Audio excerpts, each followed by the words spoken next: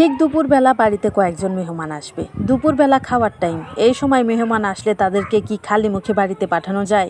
সেই জন্য তাদের জন্য ছোট্ট করে একটা আয়োজন করছি। তাদের জন্য কি কি রান্না করছি আপনাদেরকে দেখাবো। যাই হোক বন্ধুরা, আমি কিন্তু মাটিতে পাটি বিছিয়ে দিছি এবং সব খাবার গুছিয়ে একদম রেডি করে রেখেছি। তাদের আসার সময় কিন্তু হয়েছে, তারা এসে কিন্তু একদমই দেরি করবে না, খাওয়া দাওয়া করেই চলে যাবে।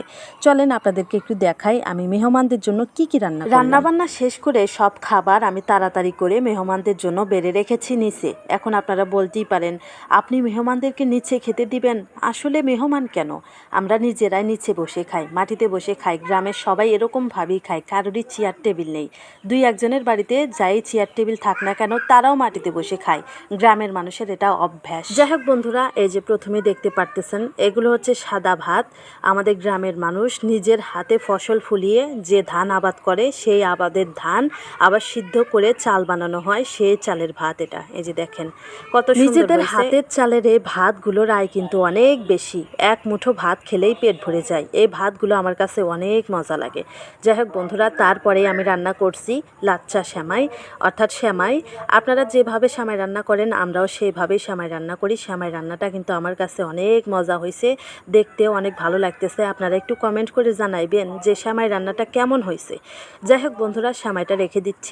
এরপরেই আমি যা রান্না করেছি সেটা হচ্ছে নদীর মেহমান আসার খবর পেয়েই আমার জামাই সকালবেলা উঠে নদীর পাড়ে গেছিল। নদীর পাড়ে থেকে ছোট ছোট মাছ নিয়ে আসে, সেই মাছ আমি আলু দিয়ে চচ্চড়ি করেছি। এই তরকারিটা খেতে কিন্তু খুবই মজা লাগে। আমরা সপ্তাহে 3 দিন এই তরকারিটা খাই। আমি যখনই দেখি আমার হাজব্যান্ড বাজার থেকে বা নদীর পাড় থেকে ছোট ছোট মাছ নিয়ে আসছে, তখনই কিন্তু আমি ছোট ছোট আলু দিয়ে এই মাছগুলো চচ্চড়ি করি। সত্যি খেতে অসাধারণ। যাই হোক, এটা আমি রেখে দিচ্ছি। তারপরে এই যে দেখেন, এগুলো হচ্ছে গরুর মাংস ভুনা করেছি একটু ঝোল ঝোল করে। যেহেতু ছোট মাছের সঙ্গে এরকম ঝোল ঝোল গরুর মাংস খেতে কিন্তু খুবই মজা লাগে। আপনারা কারা কারা এভাবে ছোট মাছের সঙ্গে গরুর মাংস ঝোল খাইছেন অবশ্যই কমেন্ট করে জানাবেন। আজকে কিন্তু আমি আর বেশি কিছু রান্না করতে পারি নাই, শুধু ছোট মাছ, সাদা ভাত এবং গরুর মাংস আর সেমাই রান্না করছি। মেহমানদের জন্য যেটুকু আয়োজন করতে পারছি এটুকুতেই আলহামদুলিল্লাহ। কারণ তারা যাতে খালি মুখে ফেরত না যায়, সেজন্যই অল্প করে হলেও আমি রান্না করার চেষ্টা করছি। যাই হোক বন্ধুরা, মেহমানরা আসার সময় কিন্তু হয়ে গেছে।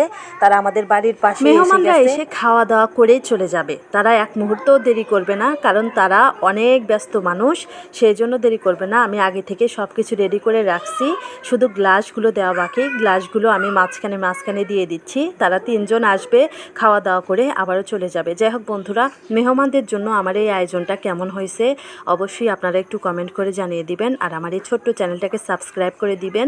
আর যারা পেজ থেকে দেখলেন অবশ্যই আমার এই ছোট্ট পেজটাকে ফলো দিয়ে দিবেন। বন্ধুরা সবাই ভালো থাকবেন। আল্লাহ হাফেজ।